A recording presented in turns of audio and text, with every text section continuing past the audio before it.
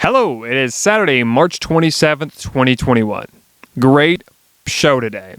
We've got Noah Barnhart from LastWordOnSports.com to discuss the NBA trade deadline, Sweet 16, and much more. Also, don't forget to follow Noah Barnhart at Noah Barnhart22 on Instagram, Instagram, TikTok, and Twitter. Also, check out his recent column, LastWordOnSports.com. I'll put a link in the description down below. I hope you enjoy today's episode of the podcast. Alrighty, it's time for the Bracket Challenge update. Now, the winner, remember, gets a $50 gift card to Amazon. I will email or DM the person who wins.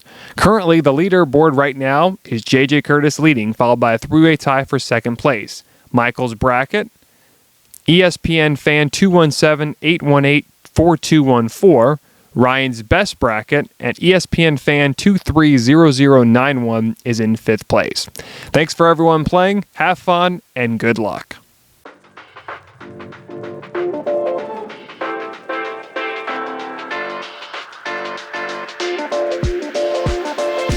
Here we go.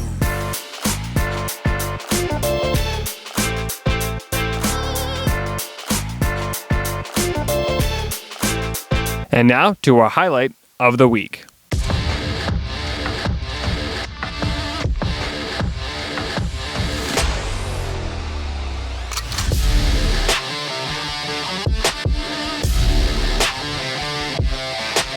Saw the Spurs go 20 of 40 from the three-point line. Kawhi Leonard stuffs it in with the right hand, and the Clippers lead 38-. And now on to our weekly poll question. You can vote on Instagram and Facebook at SportsDown_podcast or on Twitter at SportsDownPod.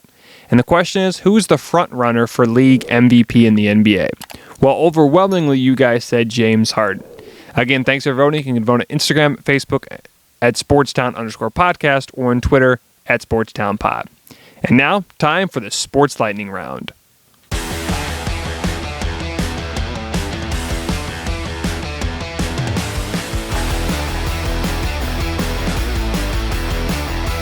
And now, time for your Sports Lightning Round. The biggest stories in the sporting world this week. Let's begin. Rajon Rondo is on the move again. The two-time NBA champion has been traded from the Hawks to the Clippers in exchange for three-time Sixth Man of the Year award winner Lou Williams. The Clippers will also trade 2 second-round picks to the Hawks. The news was first reported by Shams Charania of The Athletic and Stadium. LA desperately needs to upgrade the point guard position, and they believe the acquisition of Rondo does that. Rondo has been hurt most of the season. Last year, the former Kentucky product helped lead the Lakers to their 17th championship. This season, the 35-year-old has been averaging 3.9 points per game, 3.5 assists per game, and 2 boards a game. On the other side, Lou Williams has been averaging 12 points per game, 3 assists per game, and 2 rebounds per game. There is some scrutiny in the NHL currently. Referee Tim Peel will no longer ref games after being caught on the microphone saying it wasn't much, but I wanted to get a bleeping penalty against Nashville earlier. The Predators ended up winning the game 2-0 over the Red Wings. Nashville was called for 4 penalties, and Detroit was called for 3. After the incident, the NHL issued a statement saying that Peel will no longer ref games. In fact, Peel was just a few months from retiring. The 43-year-old has been reffing in the NHL since 1999. His moment of fame was reffing in the 2012 All-Star Game and in the 2014 Winter Olympics in Sochi. The NHL hopes that does not happen with another referee. Marquette has found their new head men's basketball coach. Shaka Smart will leave Texas to become the head coach at Marquette. Smart was previously at Texas and was there for 6 seasons. Shaka Smart had some success at Texas but struggled in the NCAA tournament and never won a tournament game in his 6 seasons at Texas. The former VCU coach will take over now. Texas was upset by Albany Christian in the first round of the 2021 NCAA tournament. 3-time Pro Bowler and former Defensive Rookie of the Year Marshawn Lattimore has been arrested. Lattimore had been charged with a degree 4 felony. The 3-time Pro Bowler was charged with stealing a firearm. His bond was set at $5,000. He and other passengers had stolen firearms and were stopped multiple times by the police. There were 2 other passengers that were also arrested for having weapons under disability. According to Lattimore's lawyer, the accusations are false and a misunderstanding. Playoff Lenny is returning to the Super Bowl champions, the Tampa Bay Buccaneers. Fournette signed with the Buccaneers for 1 year that is worth up to $3.25 million. The former number 1 overall pick was released by the Jaguars in 2010 and immediately picked up by the Buccaneers. Fournette started off as a backup running back, but became the full-time starter after an injury to running back Ronald Jones in Week 15. The former LSU product was a huge help to Tampa Bay's Super Bowl run. He even had a touchdown in the Super Bowl win versus the Kansas City Chiefs. With the signing of Fournette, the Buccaneers have all 22 starters returning. That's the first time in Super Bowl history that the Super Bowl team who won have all their starters returning since 1977. Stats for Fournette this year were 97 attempts for 367 yards and 6 TDs. The San Francisco 49ers have moved up in the draft. San Francisco has traded with the Dolphins to receive the number 3 overall pick. The Dolphins will now receive the 12th pick, a first round, and a third round pick next season. After making a trade with San Francisco, Miami moved up with the Eagles to get the 6th overall pick and 156th overall pick from Philly. The Eagles will receive a first-round pick in 2022. According to multiple sources, the Dolphins are trying to get as much help for Tua Tagovailoa. There were multiple reports that said Miami wanted to upgrade at quarterback, but as of now, that's not the case. However, it seems like the 49ers will draft a quarterback with the 3rd overall pick and maybe move on from Jimmy Garoppolo. UFC middleweight champion Israel Adesanya has apologized for his comments toward Kevin Holland. Adesanya said that he would rape him after Kevin Holland criticized the middleweight champion after losing to Jan Blachowicz at UFC 259. New Zealand Prime Minister Grant Robinson was disturbed with Adesanya's comments. BMW has even dropped the middleweight champion.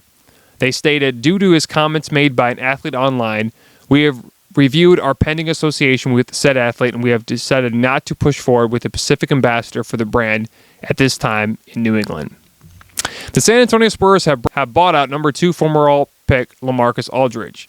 The buyout is reportedly worth $5.8 million. San Antonio was looking to trade the veteran but could not find a suitable partner.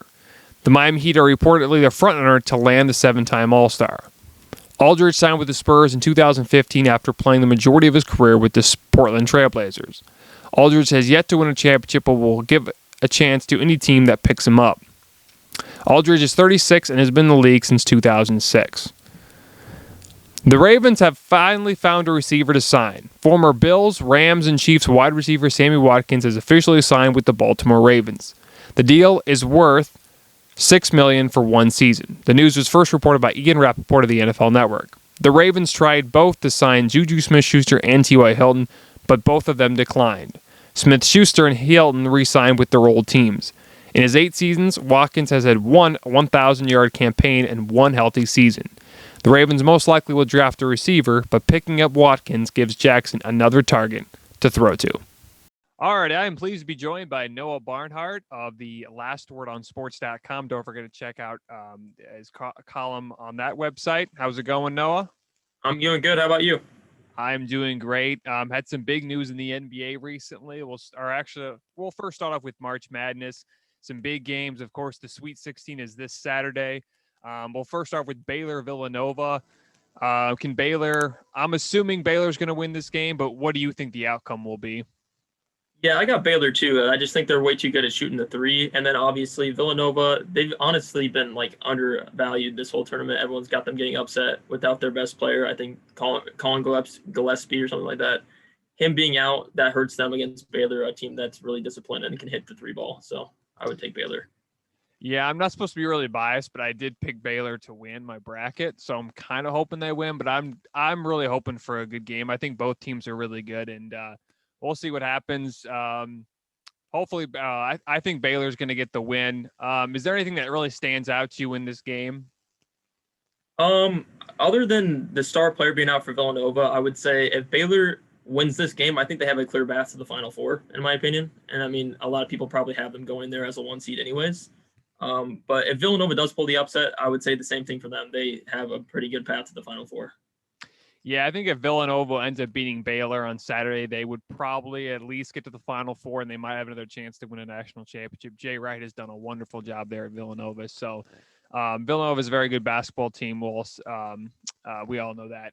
First of all, Loyola Chicago taking on Oregon State, I believe the game is. We all know Loyola Chicago upset Illinois. Do you like Loyola Chicago to knock off the Beavers? I do actually. So I had Illinois winning the whole thing. Loyola screwed that up, hit them and Sister Jean.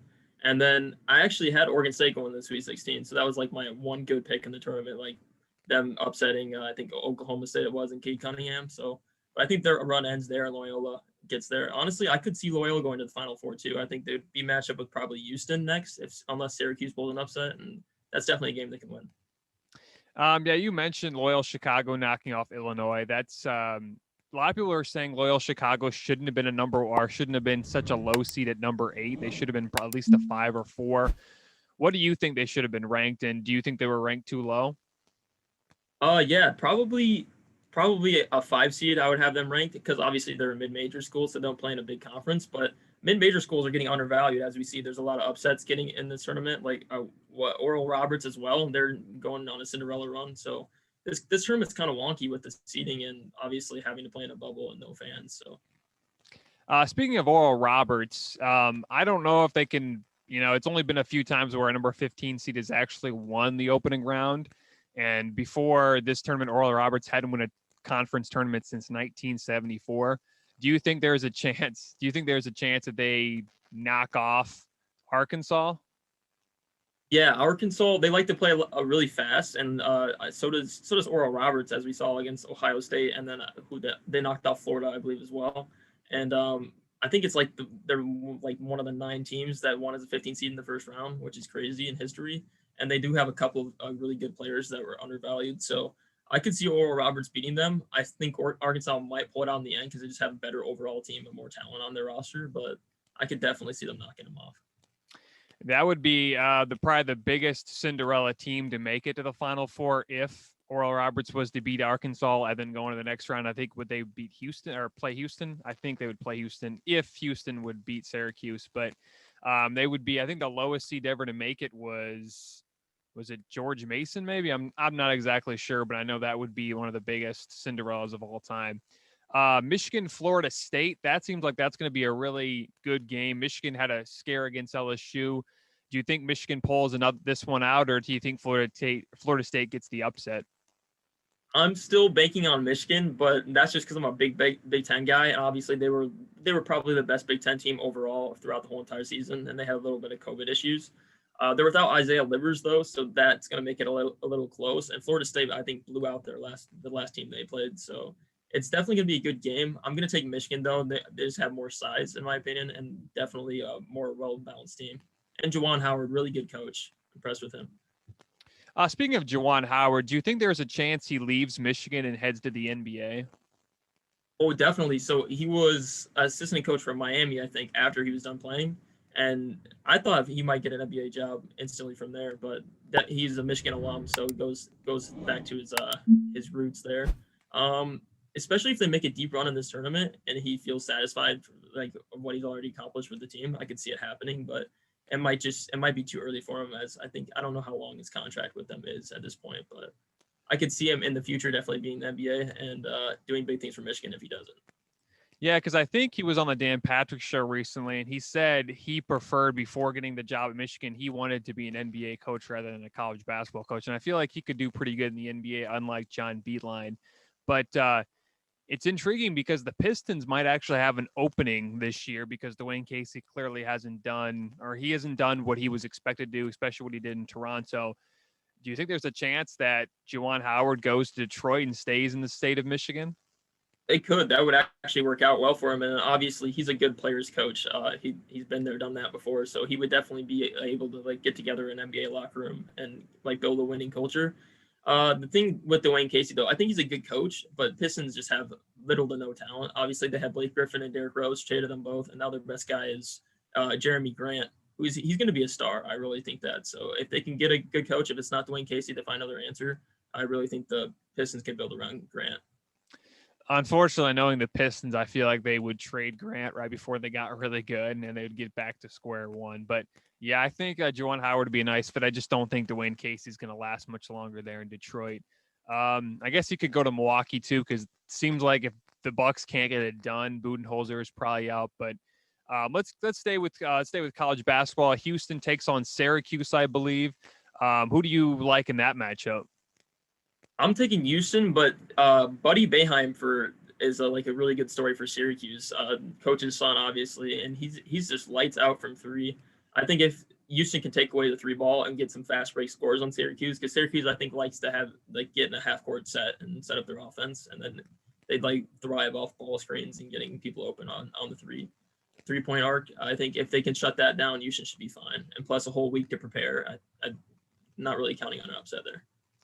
Yeah, but I think Buddy Boeheim, he was really hot on Sunday, and to be honest with you, I didn't think he was that great, but he really showed that he's a great shooter, and I'm not sure how successful he can be in the NBA, but especially if you can shoot the three in today's day, you're going to be pretty successful, especially in the next level. Oregon, let's see, Oregon UCLA or not Oregon, sorry, Alabama UCLA. Who do you like in that matchup, and do you think there's a chance that either one of those teams make it to the Final Four? I got Alabama. I think Alabama wins everyone pretty handily because they're a really good defensive team, and the tournament defense does, even if you don't have great offense, defense picks up for it. UCLA kind of had an easy run. I think they had BYU and another like higher seeded team. I'm not sure who they played. Let me check real quick. Who did UCLA beat? They had, let's see. They had Abilene Christian, right? That's a 14 seed. So that's for UCLA to play them in the second round. That's a pretty easy for a Pac-12 team. So I feel like they've had an easy run so far. And when they get Alabama, they're kind of get stonewalled, and Bama can win that one pretty handily. That might be like one of the games I think they could run away with. It's kind of unfair since Alabama's so good at football, and now they have a chance to make it to the Final Four. I mean, imagine. Well, sorry, what was that? Yeah, I know it. I'm sick of. Don't even get me on this football thing. So I'm sick of seeing Bama and Clemson in the national championship. Either them or Ohio State and Oklahoma. It's ridiculous. Yeah, it's unfortunate though. If the college football playoff format stays the same, we could probably be just seeing that constantly year in year, unless all of them aren't very good in one year. Which I mean, I guess could happen because you saw how Duke and Kentucky were both trash this year, and teams like Indiana and all that. So. Let's go to another match. This is actually a Pac-12 matchup, USC and Oregon. I wouldn't be surprised if USC could get the win here. Who do you like? And is there anything that stands out to you in this game? I'm gonna go with USC because of the Mobley brothers. Evan Mobley should be a top 3 draft pick this year, and they're a really sound team. They got a lot of size, will control the boards. And Oregon, honestly, they ran away with the game against Iowa, and that wasn't even close. So I'm real high on them. But USC, I think USC's beat them a couple of times in the regular season as well. They probably played 2 or 3 times being in the same conference. But Mobley's probably going to be the X factor in that one. You just mentioned Iowa recently. Luka Garza seems like he's going to get College Player of the Year. There's really no question. But no one's really talked much about his NBA career. And a lot of people said he might not even be a first-round pick, and he could kind of go the way of Jalen Brunson, who plays with the Mavericks, who was at Villanova, won College Player of the Year. I think he was a 2-time All-American, but he got picked in the second round. Do you think Garza has a chance to succeed in the NBA, and what team do you think would fit him the most? I think he does. I'm not sure what team. It would be someone that just needs a shooting big. But the thing is, when you look at the NBA, people say that it's not like built for 7-footers anymore. But when you look at Jokic, he's not very athletic at all. And if a big man can learn how to pass the ball and you can run the offense through him at the top of the key or like somewhere inside the paint, that's really a good look. And Garza's lights out from 3 in that Oregon game, and even the game before that against Grand Canyon, he was knocking down threes. And there's room for the NBA for a 7-footer that can hit the 3 ball. Now, the issue is his defense. Probably he can't move laterally with his opponents, but if he can just slim down just a little bit and get a little bit faster, I genuinely think he has a spot in the NBA. Yeah, it'd be intriguing to see how successful he is or what his NBA path takes him. I just want to stay with Iowa for just a little bit. I know you're an Iowa fan. It seems like Iowa hits a wall after they get to the second round. They get to the tournament consistently. Fran McCaffery's done a good job of that, but it seems like they can't get past the second or third round. Do you think Iowa has outgrown Fran McCaffery, and do you think they need to get another coach to get to that next level? I think they probably Fran for whatever reason can't adjust in the game, and we see that sometimes. I think it's a clear sign in Oregon when they were just Absolutely. They were letting Garza get whatever he wanted, but anyone else, they made him work for the shot. And Wieskamp was good enough to do that, but the rest of the team was not. And with a team like Iowa, when you have Garza and the focal point of the offense, you need to be able to create plays around him. And it just wasn't able to happen for Fran. And he definitely got out-coached against Oregon. And then I believe he lost it to Tennessee 2 years ago. I think they played Tennessee in the round of 32, and they went down early, and they ended up coming back in that one. But it's definitely a problem when you have the best player in the nation, and he's probably going to win Naismith Player of the Year, and you can't get past the second round. That's definitely an issue. Yeah, I think Fran McCaffrey, when he came in, he did a good job because, of course, Todd Licklider really struggled. And I think he did a very good job of making Iowa a consistent winner and going to the tournament year in, year out. But I feel like Iowa should want more now that they have gotten better. And I feel like Fran McCaffrey isn't that coach to take them to the next level. I know not a lot of people are talking about that, but I just kind of feel like Iowa can do more. I think we got one more matchup. Gonzaga seems like they're really good at. We all know that. Do you think there's any way they get beat before going to the Final Four? Probably not. I honestly thought the best chance to happen was against Virginia. If Virginia would have been able to get past Ohio, I thought if they were able to get to the Sweet 16 and have like a week to prepare because they had COVID issues, but they were a really solid squad still. I thought if they were able to get to the Sweet 16, they would give them trouble. They've already played them and had tape on them. But now that Virginia's out and Gonzaga steamrolled their last two opponents, I don't see it happening. I think they're probably the best team in the nation, everyone's favorite. And they have like 3 or 4 guys that are just absolutely stellar and probably going to be NBA talents. Well, I mean, it's just crazy how good Gonzaga is this year. And we always forget how good a coach Mark Few is. I mean, he's got one of the best winning percentages in college basketball. Still doesn't have that championship, but he's done such a good job. And he's had chances to leave, and he decided to stay. And I feel like he's kind of earned this championship. We'll see what happens. They definitely Jalen Suggs is good. Corey Kispert is very underrated. He's got that great Fu Manchu or whatever they call it. But I think Mark Few, I think that Gonzaga team is very good. I just don't know if anybody can top them, even going into the Final Four. Who do you like in the championship right now? I'm assuming it's Gonzaga and Baylor, but what's your thoughts on who do you have in the championship game? Yeah, I have Gonzaga and Baylor because I think Houston's on the bottom of the bracket and they would have to get past Baylor. Don't see that happening. And then Gonzaga, I don't see many people beating them as well. I do think Baylor could upset Gonzaga in the championship, though, just because if they get going from 3, I believe one of their players, I forgot his name, but he hit like 10 threes in one game, which is incredible for like at the college level. If that happens, it's really hard to beat a team if they're hitting on all cylinders from the arc. So I think that could be an upset, but right now I would take Gonzaga over anyone else. What happened to the Big Ten? It seemed like they had 9 teams or 10 teams make it, and only Michigan was able to get past the second round. What happened to the best conference in college basketball this year? Well, I think they kind of got exposed because obviously everyone's seeing that they play well. I think they did good in their non-conference games, but for whatever reason, it didn't translate over to the tournament. So I was high on Purdue because they were doing well going into the tournament, and they took Ohio State to an overtime in the Big Ten tournament, and they ended up losing to North Texas, which is crazy. And I was trusting that their top 4 seeded teams would do well and like make big runs, but they kind of got exposed. And the Pac-12 is a team, or is the conference that's impressing everybody right now. I would say the Big 12 underperformed as well because they were probably arguably the second best conference. And Kansas got steamrolled, Oklahoma State got upset, and Baylor's kind of like their prime guy, kind of like Michigan is for the Big Ten. Yeah, I mean, I was just so shocked, and the ACC looked pretty decent, but the Pac-12, man, 4 of the 5. I mean, we were always digging on the Pac-12. I mean, I don't know if you were, but I was, and saying how poorly the Pac-12 is in college basketball. But yet they came out clutch. 4 of their 5 teams are still in it. I know one of them is going to be at least out between because because Oregon and USC play. But I mean, that Pac-12 conference, give credit to them. 4 of the 5 teams still in it. Pac-12. They could get at least one team in or at least one team in the Final Four would be pretty amazing. Let's switch gears to the NBA. The trade deadline was today. Now, at the time of this recording, it was done Thursday night. First trade, Nikola Vucevic. He gets sent to the Chicago Bulls for, I believe it was Wendell Carter, Otto Porter, and 2 first-round picks. What do you think about that trade? Finally, the Bulls get Zach LaVine some help and an all-star talent. I think Vucevic is probably having the best year of his career right here. He's a great at shooting the 3, good rebounder, and he's honestly one of the best passing bigs in the league as well. So that's a huge pickup for them. The other thing I was impressed with for them is getting Tice, because Tice is underrated, and the Celtics kind of have Robert Williams and Tristan Thompson already, so they got him added depth to their bigs.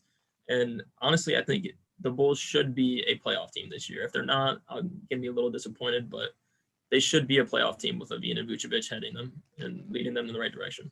Well, they clearly have a chance because the Eastern Conference is not very good, except for the three teams between, or of course, it's Philly, Brooklyn, and Milwaukee. After that, it's pretty low. But yeah, they're the second team out right now, but I think they're only half a game out, so there's still a chance for them to even make a 4 or 5 seed, which would be crazy. And of course, Vucevic, very underrated big man. Of course, it's probably because he played in Orlando for such a long time. But I mean, he's a 3-time All-Star. He's going to be very good. I think he's going to be a great fit with Zach LaVine and a few of the other guys. Another move that happened, Victor Oladipo is once again on the move again. He's sent to the Victor Oladipo sent to the Miami Heat in exchange for Kelly Olynyk and Avery Bradley. You're a Heat fan. Are you pretty excited about this? I am, because I didn't think it was going to happen. It happened after the deadline. They must have still been on a call or something like that.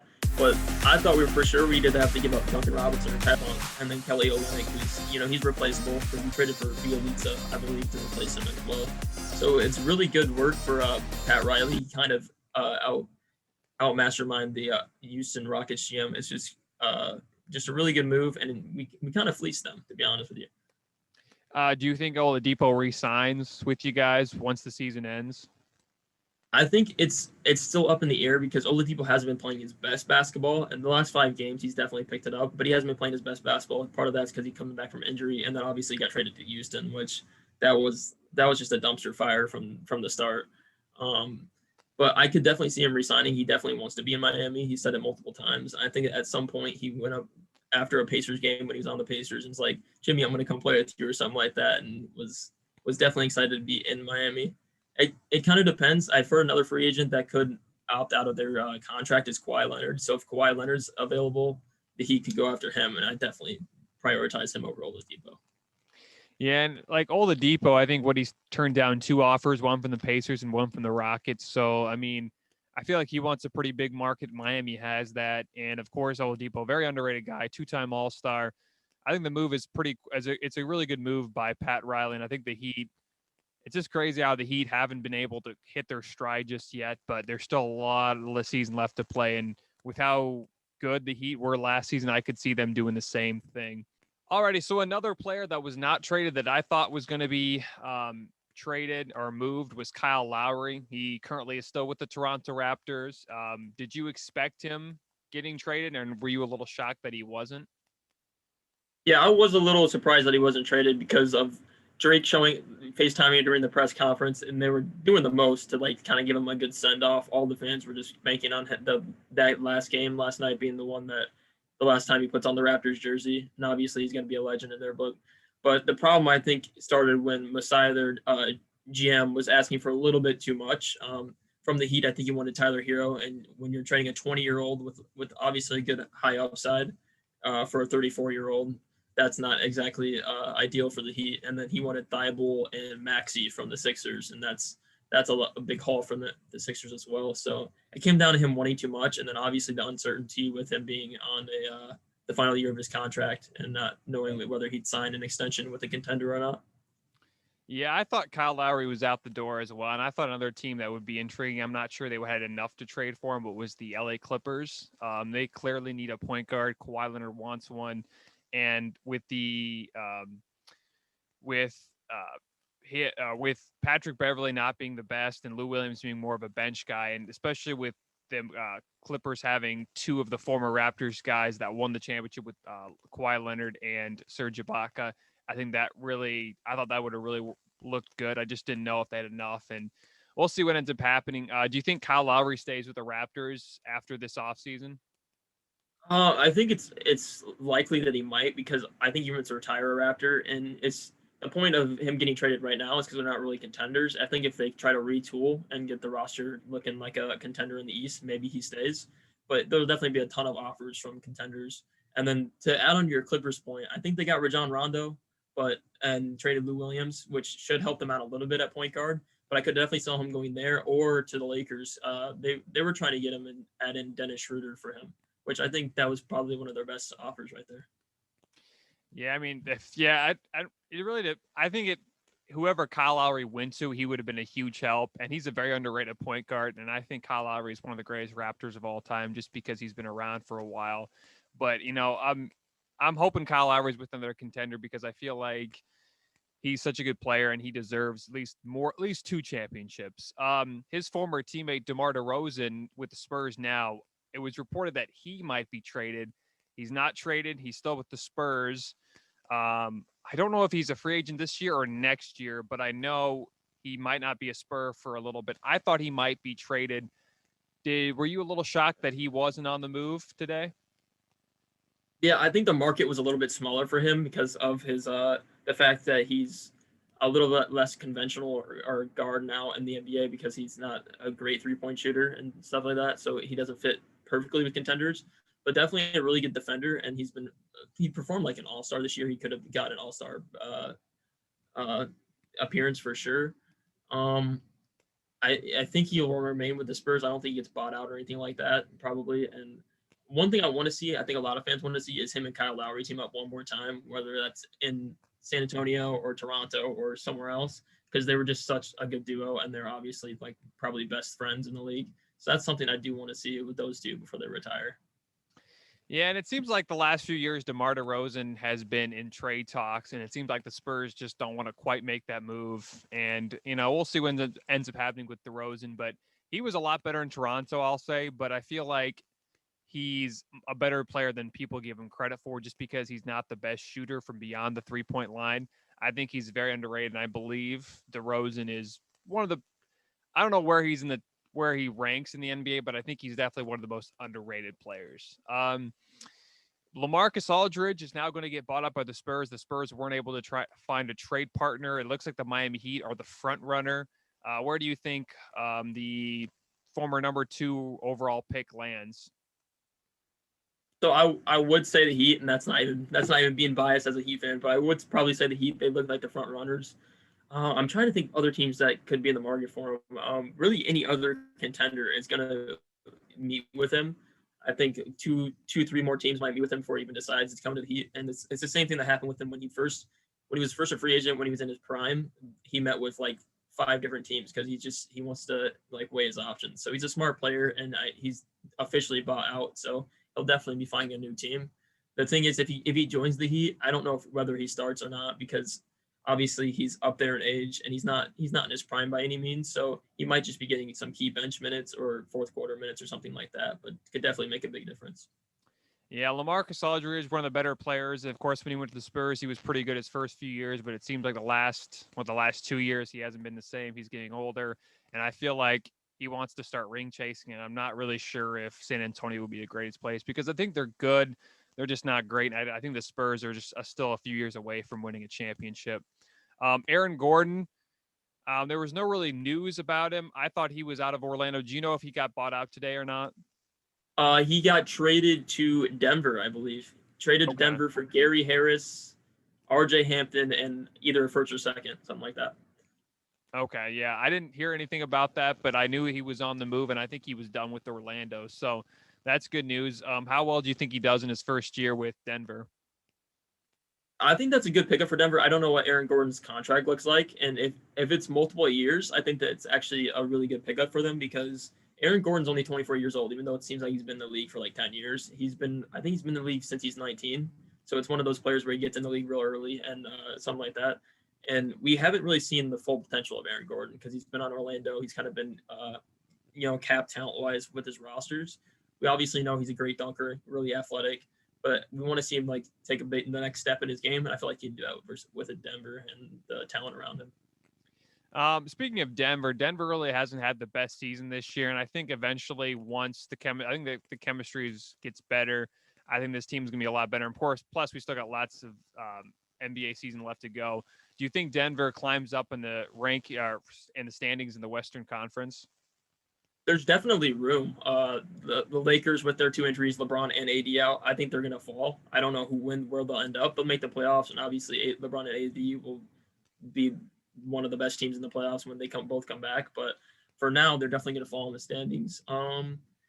See, the problem with Denver, I think, is Jamal Murray. He's just not consistent enough at point guard. In the bubble, he was an absolute killer. He had like a 50-point game in one of their series. I know that, but it's really just Jokic, and then Jokic tries to make everyone else around him better, and they just facilitate through him. Definitely a really talented roster, one of the deepest in the league. They just have to get more consistent and kind of get that chemistry going again. Yeah, imagine if the Jazz with the Suns end up getting the top seed and the Lakers somehow fall to the 7th or 8th seed and LeBron and Davis come back right as the playoffs start. I mean, that's got to stink if you're a top seed or number 1 or number 2, especially with how good the Jazz and Suns have had this year. Speaking of the Jazz and Suns, how do you think they've been able to do so well this year? The Jazz, they just have a well-rounded roster. No one's really the main guy. Obviously, they have Donovan Mitchell, Rudy Gobert, a great defender, and probably going to win DPOY again. They just have a real well-rounded roster. When you look at Bogdanovich, Ingles, and Jordan Clarkson, who'll probably win Sixth Man of the Year, he's really rejuvenated his career since leaving the Lakers. Like the Lakers, it was tough running, and obviously anything you do in a bigger market, it's going to get a bunch of attention. So I feel like he's playing more freely off the bench for the Jazz and making a big difference. And then Mike Conley is playing real well too. So their team is it's one of the deepest. Them and the Nuggets, really deep teams. And then the Suns, obviously CP3 has made the biggest difference. They were already picking it up towards the end of last year. They went 8-0 in the bubble. That plus the addition of CP3, they look like a really good team. But definitely would not want either of them playing the Lakers with a healthy AD or LeBron off the rip in the playoffs. Yeah, I mean, it's going to be a crazy postseason. Some other guys that I thought would have been traded. Lonzo Ball is currently still a Pelican. I thought he was going to be on the move. A lot of people were saying the Clippers. A lot of people were saying the Warriors. Do you think with Lonzo still being a Pelican, do you think his future is in New Orleans or somewhere else? I think they definitely expect him to resign because if they definitely had a feeling that he wasn't going to resign, they would have got rid of him. His market value is going to be pretty high. He's definitely played well this year, and he's gotten a lot better from three since he's fixed his shot out of college. He used to do the whole thing where he brings the ball back across his body. Now it's definitely a more efficient shot. He's gotten better from three. Probably, I think he's shooting around 40%, which is really good for him. And obviously he's a really good defender as well, a good facilitator. So his market value is going to be high. I think the Pelicans would have traded him if they didn't think he was going to come back. So they're definitely going to make a run at him. But I don't know if he stays with New Orleans because right now they don't look like contenders in the West, in my opinion. And even with Zion and Brandon Ingram, they're still missing a piece. I'm not really sure what it is because that roster on paper should be a contending roster, but it's just not. I think the Pelicans, their problem is like the Nuggets, the inconsistency, and I think they're really young, and that doesn't really necessarily help. But Brandon Ingram and Brandon Ingram and Zion definitely carry that team, I think, especially with them blowing out the Lakers a few nights ago. So, yeah, I do like the Pelicans in a few years. I just can't really see them doing much these next few seasons. I think they need to bring in a veteran, a guy who's been around, like similar guy to Chris Paul. And of course, they're probably not going to bring back Chris Paul, but I think they need someone like that to be able to go or get to the next level. Do you think Lonzo maybe lands with the Hornets this offseason with his brother? I would think so if they didn't play the same position, and also the Hornets already have Terry Rozier, so I don't know if they're going to force that. And obviously the GMs have to make the best decision for us, even though the fans would love to see the Ball brothers play together. Why not just throw LiAngelo on the team as well, get him out of, I think he's in the G League or playing overseas, throw him in there as well. But that's probably a long shot. And they're not really contenders right now, and they're kind of a long way from that as well. Well, it's been really shocking with how well Terry Rozier has been playing. I think we all laughed at that contract he made 2 off seasons ago, but he's really, in my opinion, he's earned it. And he's probably going to get another pay raise if the Hornets are willing to keep him. So we'll keep an eye on that. John Wall, it seemed like they were working on a buyout. I don't think it's going to end up happening. But do you think John Wall leaves the Rockets? And if he does, where do you think he lands? Yeah, the thing is with the Rockets, they kind of are a sinking ship right now. So I don't know if John Wall stays for that, nor do I think he's like good enough to be able to attract more stars to come to him. So I think they're in a rebuilding process for probably the next 3-4 years until they can get their draft capital and be able to actually see the benefits of all the picks that they've gathered. But other places for John Wall, Probably somewhere in the East that needs a point guard. I don't know if there's room in the West, and obviously he would do better in the East, in my opinion. He would be able to maybe lead a team to a late seed in the playoffs, because in the West it's just really competitive, and I don't see John Wall being a star that can be the number 1 or 2 option on a team and be able to be contenders. I feel like the Lakers would try to make a run at John Wall if he was bought out. I think they like Dennis Schroeder, but I think they still want to upgrade that position. It seems like the Lakers are trying to upgrade a position almost every anytime a trade happens or any player. I think they feel like they're trying to continue to add to that position. Montrezl Harrell, another Laker, there was reports that he was on the move. Do you think he gets traded, or actually, I think is he a free agent after the season? I can't remember if he is or not. He might be. He might have signed a 2-year. He might have signed a 2-year, 1 or 2 year with the Lakers, but yeah, I'm not sure. He was a 6 man of the year candidate last year, but definitely dropped off a little bit this year. They thought he was going to produce more with Marc Gasol. Do you think? Could you see a scenario where he's not a Laker after this season's over? Yeah, him and Dennis Schroeder are like the biggest pieces for the Lakers that could trade and try to get another star. Him and Taylor Horton Tucker. I think Horton Tucker and him were involved in trade talks to the Raptors actually for Kyle Lowry, but they didn't want to move Taylor Horton Tucker. They're really high on him, and he's a talented player, but definitely not there yet. He's got a lot of tools that he can grow his skill set with. So definitely could get traded in the offseason. I could see Harrell on a different team, but other than that, probably a Laker until his contract's up, whether that be a 2-year or if he's gone this year. Another big thing that's happening, or that this year that we can't really see who's going to be it. MVP right now. Who do you like as the league MVP? Because it seems like every time someone's a front runner, they get hurt or they're not as effective. It was LeBron for a while. He's out now. It was Joel Embiid. He's out now. Who do you think the front runner for the league MVP is? Probably Jokic. He's leading the Nuggets in like every major statistic category. The only problem is the record's not up there, right? You would want to choose someone from the Jazz, but there's such a team effort. No one's really standing out and carrying that squad. So I would go Jokic. If I had to pick someone in the East, it might be Giannis again. But then again, voter fatigue. Giannis is having a great year this year, MVP caliber year, but the voters just don't like voting people 3 years in a row. We kind of saw that with LeBron and basically anyone in history. Once you get voted twice in a row, it's kind of like, all right, moving on to the next guy. And it happened with Steph as well. So I would pick Giannis and from the East or Jokic from the West, but Jokic is definitely the favorite. I know this is kind of an unpopular opinion, but I feel like James Harden right now has a case to be MVP. And yeah, he quit on his team basically, but what he's done in Brooklyn has been absolutely amazing. They still have Kevin Durant, and the Nets are still one of the top teams. So I feel like he could be a quiet MVP, quiet MVP talk. I do like Jokic, but I think it's because they have such a low seed and they need to become, I think, at least a 5th seed for him to be really in the consideration. I think Luka has a great,